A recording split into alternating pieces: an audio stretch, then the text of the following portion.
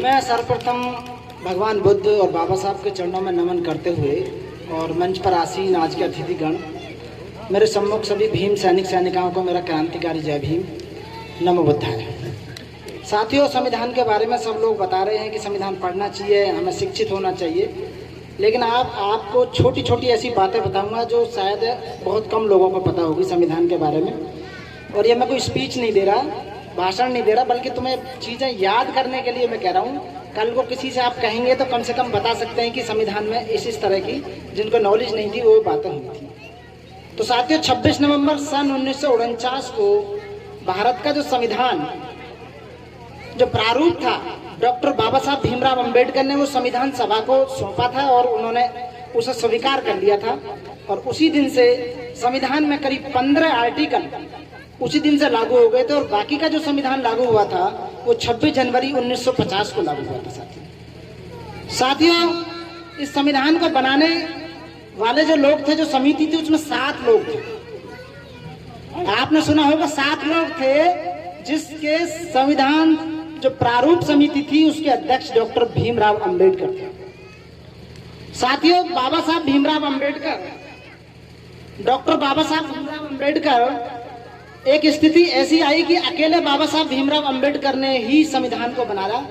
लोग कहते हैं कि बाबा साहब ने अकेले थोड़ी बना दिया था संविधान, लेकिन हाँ, ये बाबा साहब ने अकेले ने ही संविधान को बनाया था। वो बता देता हूं मैं आपको। संविधान सभा में 7 लोग थे।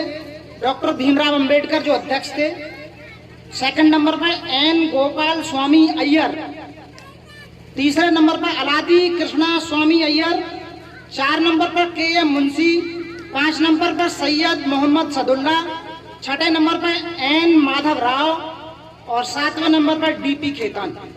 अब साथियों, उनकी स्थिति देखो आप। इसमें क्या हुआ कि जो बाबा साहब थे, इनमें से डी.पी. खेतान जो थे उनकी मृत्यु हो गई।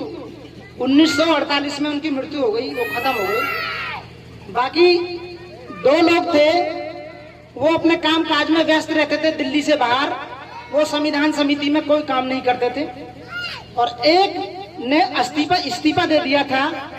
बाकी 1 लोग थे जो अपनी रियासत के मामले में बिजी थे, और 1 लोग इतने अस्वस्थ थे कि वो काम ही नहीं कर पाते थे। इसलिए सारी जिम्मेदारी बाबा साहब के कंधों पे आ पड़ी और पूरा संविधान बाबा साहब ने अकेले ने तैयार किया।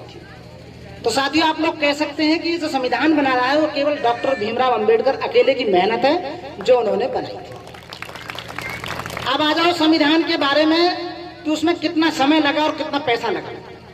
बाबा साहब अंबेडकर ने 2 साल 11 महीना और 18 दिन कंटिन्यू मेहनत करके संविधान को बनाया था। और उस समय इसमें 63,96,729 रुपए खर्च हुए थे साथियों। उस समय 63,96,729 रुपए उस जमाने में खर्च हुए थे जब ये संविधान बना था साथियों। और बाबा साहब के पीछे लोग इस तरह पड़े रहते थे कि जो संविधान बाबा साहब बना रहे हैं उसे किसी न किसी तरह फेल किया जाए। तो बाबा साहब जब भी संविधान सभा में जाते थे तो उसकी 114 मीटिंग हुई थी, और 114 मीटिंगों में बाबा साहब ने खुद खड़े होकर एक आर्टिकल को डिफाइन करा था कि इस आर्टिकल की जरूरत इसलिए है और इसकी इसलिए है। साथियों, और भी कई संविधान थे। बी.एन. राव थे, उनका भी संविधान था। एक नेहरू जी का संविधान था। लेकिन अंततः बाबा साहब के संविधान को पारित किया गया और 26 जनवरी 1950 को वो लागू हुआ साथियों। और एक बात बताऊं आपको, संविधान दिवस जो मनाया जा रहा है, ये सरकार जो बनाने लगी वो सन 2015 से बनाने लगी। मात्र अभी 5-6 साल पहले से सरकार इसे बनाने लगी है, क्योंकि वो डॉक्टर भीमराव अंबेडकर के जन्मदिन की 125वीं वर्षगांठ पर बाबा साहब को श्रद्धांजलि दी।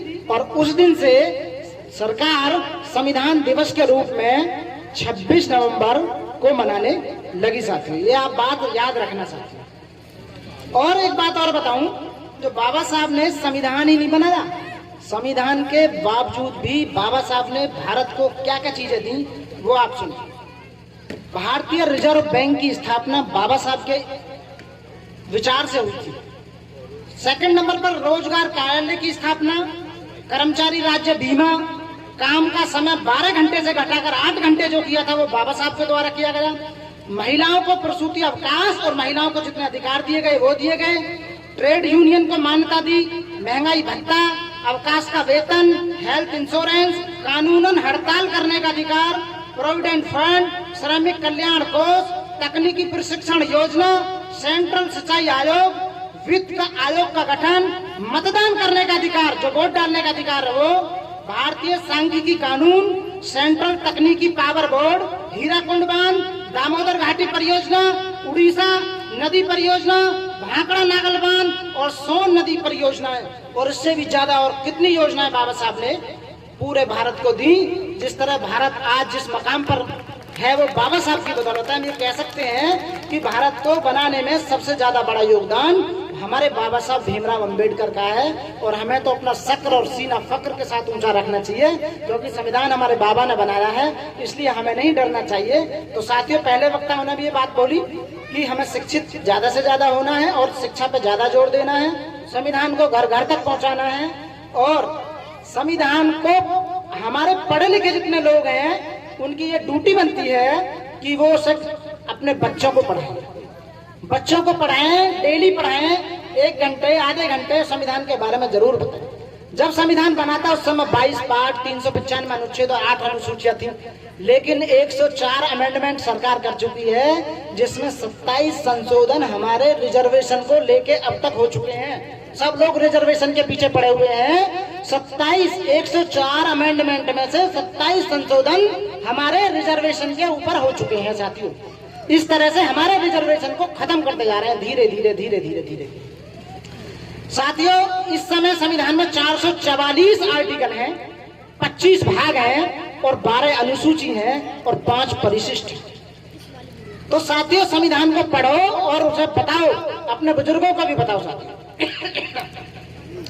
साथियों, बाबा साहब ने कहा था कि संविधान को बड़ी मुश्किल से, इस कारवा को मैं बड़ी मुश्किल से ऊपर तक लेकर आया हूँ, इसलिए नीचे न जाने देना, तो कम से कम जहाँ है वहाँ तो रहने ही देना साथियों।